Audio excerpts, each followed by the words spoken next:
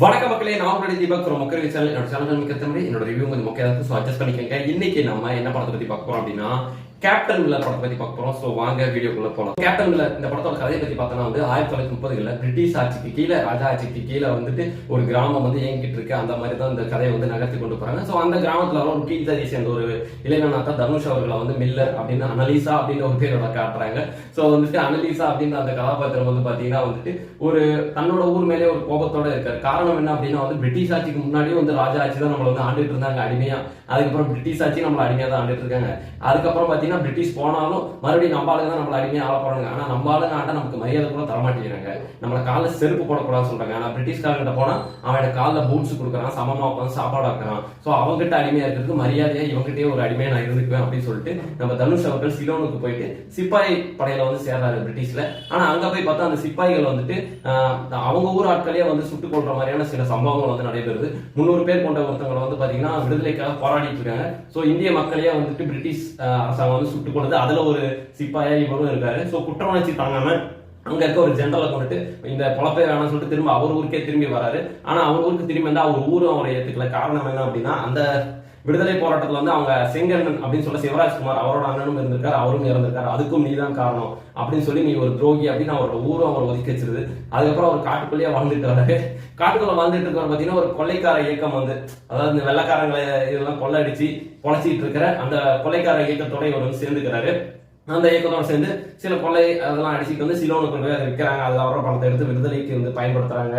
அவங்களோட சொந்த தேவைக்கு பயன்படுத்தி இந்த மாதிரி கதை போயிட்டு இருக்கு. சோ இந்த மாதிரி போயிட்டு இருக்கப்போ அந்த ஊர்ல பாத்தீங்கன்னா ராஜா ஆட்சியும் இருக்கு. இந்த கோவில் நுழைவுக்கு இவங்க மட்டும் தான் போகணும், இவங்க போகக்கூடாது அப்படின்றது இருக்கு இல்லையா. அதுல அந்த ராஜா ஆட்சி ரொம்ப நாளா ஒரு விஷயத்த பழிக்க வச்சிருக்காங்க கருவறையில. அது என்ன அப்படின்றத இந்த பிரிட்டிஷ் அவங்க கண்டுபிடிச்சு அதை எடுத்துட்டு போயிடுறாங்க. சோ இப்போ அது ஊருக்கே பெரிய ஒரு இழப்பா போயிருது. அதனால இதை எப்படி மீட்கலாம் அப்படின்றப்போ அந்த ராஜா கும்பல் இந்த கொள்ளைக்கார இயக்கத்துல முக்கியமான ஒரு நபராக இருக்க தனுஷ் அவர்கள் அன்னைக்கு நீதான் எங்களுக்கு இதை திருப்பி எடுத்து தரணும் அப்படின்னு சொல்றாங்க. சோ அவங்களே சேர்ந்து கொள்ளை அடிக்கிறாங்க. அந்த கொள்ளை முடிவுக்கு அப்புறம் தனுஷ் அவங்க கூட்டாளிகளை கொண்டுட்டு நம்ம அந்த பொக்கிஷத்தை எடுத்துட்டு போயிடலாம் ராஜா கும்பல் பிளான் பண்றாங்க. பட் இவங்க யாருக்குமே இல்லாம தனுஷ் தனியா அதை கொள்ளை அடிச்சு சிலோனுக்கு எடுத்துட்டு போயிடுறாரு. சோ இதுக்கப்புறம் கதை என்ன ஆகும், ராஜா கும்பல் கடுப்பை அந்த ஊரை எப்படியாவது அடிச்சிடலாம் அப்படின்னு நினைப்பாங்க. சோ இதுக்கு என்ன பண்றாங்க, பிரிட்டிஷ்காரங்களுக்கு போட்டு கொடுத்துறாங்க.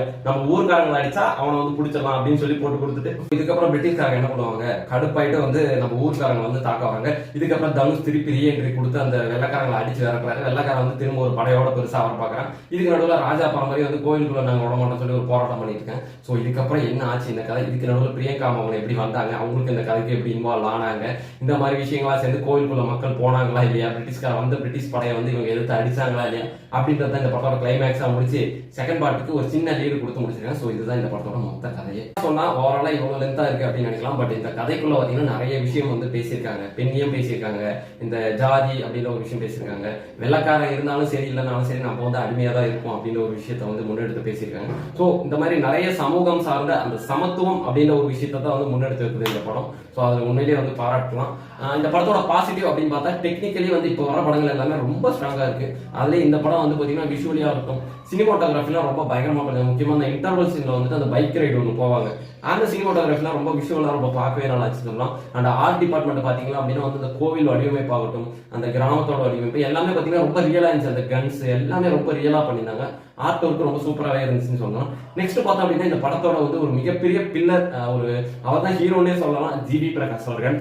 1001 எஃபெக்ட் வர மாதிரியான சில மியூசிக்லாம் பாத்தீங்கன்னா அந்த கோவிலுக்குள்ள நுழையும் போது இந்த மாதிரி மியூசிக்லாம் பாத்தீங்கன்னா நமக்கு திரும்ப அந்த 1001 ஜிவி பிரகாஷ் அப்படின்ற ஒரு எண்ணத்தை நம்ம கொடுத்து. ஸோ அவர் ஒரு மிகப்பெரிய பில்லர் இந்த படத்துக்குன்னே சொல்லலாம். ரைட்டிங் அதாவது இந்த படத்தோட கதையை பார்த்தோம் அப்படின்னா இப்போ சொன்ன மாதிரி கோர்வையா போகாம ஃபர்ஸ்ட் ஒரு சீனை காமிச்சிட்டு அது ஏன் நடந்துச்சு எதுக்கு நடந்துச்சு அப்படின்ற மாதிரி அதுக்கான பிளாஷ்பேக் ஓப்பன் பண்ணி திரும்ப அதுக்குள்ளே போய் முடிப்பாங்க. ஸோ அதுக்கான அந்த ஸ்கிரீன் பிளே பாத்தீங்கன்னா ரொம்ப இன்ட்ரெஸ்டிங்காக இருந்துச்சுன்னு சொல்லலாம் இந்த படத்துக்கு.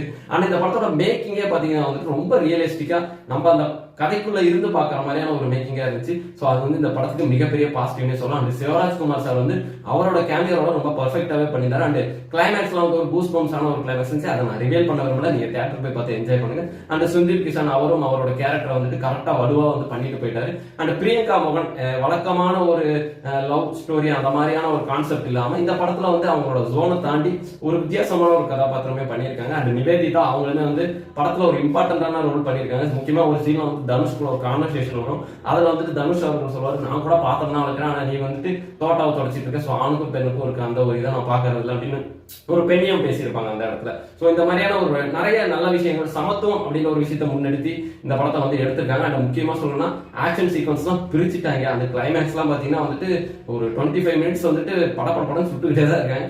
ஸோ சில இடத்துல வந்து சவுண்ட் ரொம்ப இறைச்சலா இருந்த மாதிரி இருந்துச்சு. அது இந்த படத்துக்கு ஒரு நெகட்டிவ்னு நான் நினைக்கிறேன். ஏன்னா வந்து இந்த படத்தை தேவைப்பட்டு ரொம்ப டம்முன்னு அடிக்கிற மாதிரி இருந்துச்சு. ஒரு 80% பாத்தீங்கன்னா கன்ஸ் இதுலயே போனதுனால கொஞ்சம் வயலன்ஸ் அதிகமா இருக்கும் அப்படின்னு மாதிரி ஃபீல் பண்ணாச்சு. பட் எனிவே இந்த படத்துக்கு அது தேவை அப்படின்றதுனால அவங்க எடுத்திருக்காங்க. சில இடத்துல வந்து ஒரு சினிமா தனமா இருக்கும் அப்படின்ற மாதிரி இருந்துச்சு. ஏன்னா பெரிய ஹீரோஸ் வச்சு எடுக்கிறாங்க. ஸோ அதுக்கான ஒரு கூஸ் பம்ப் சீன்ஸ், ஒரு மாஸ் மொமெண்ட்ஸ் கொடுக்கணும் அப்படின்ற மாதிரி அந்த அருண் மாதேஸ்வரோட அந்த முந்தைய படங்கள் மாதிரி இல்லாம இது கொஞ்சம் தனித்துவமா இருந்துச்சோ அப்படின்ற மாதிரி. ஏன்னா முந்தைய படங்கள் பாத்தீங்கன்னா அந்த ஹீரோயிசம் அப்படின்ற ஒரு விஷயம் வந்து எங்கேயுமே நமக்கு தெரியாது. ஒரு நார்மல் சினிமா மாதிரி தான் இருக்கும். பட் இந்த இடத்துல பாத்தீங்கன்னா சிவராஜ்குமாருக்கோ இல்ல சுந்தர் கிஷனுக்கோ இல்ல தனுஷ்கோ வந்து சில மாஸ் மொமெண்ட்ஸ் கொடுக்கணும்னே அந்த சீன் ஆட் பண்ணாங்களோ, அந்த எலிவேஷன் அந்த மாதிரி எல்லாம் தோணுச்சு. பட் தெரியல, அதெல்லாம் இல்லைன்னா தியேட்டரிக்கல் மொமெண்ட் இருக்காது இல்லையா? ஸோ அதுக்காக வச்சிருக்கலாம், அந்த ஃபேன்ஸுக்காகவும் வச்சிருக்கலாம்னு சொல்லலாம். ஸோ அது மட்டும் ஒரு சின்ன நெகட்டிவா சொல்லலாம்னு வச்சுக்கோங்க. மற்றபடி இந்த படத்துல நெகட்டிவ் சொல்றதுக்கு வேற எதுவுமே கிடையாது. கேப்டன் மில்லர் பொறுத்த வரைக்கும் ரொம்ப மாசான ஒரு ஆக்ஷன் ஃபிலிம் அண்ட் வந்து ரொம்ப கருத்து சொல்ற, சமத்துவம் பேசுற ஒரு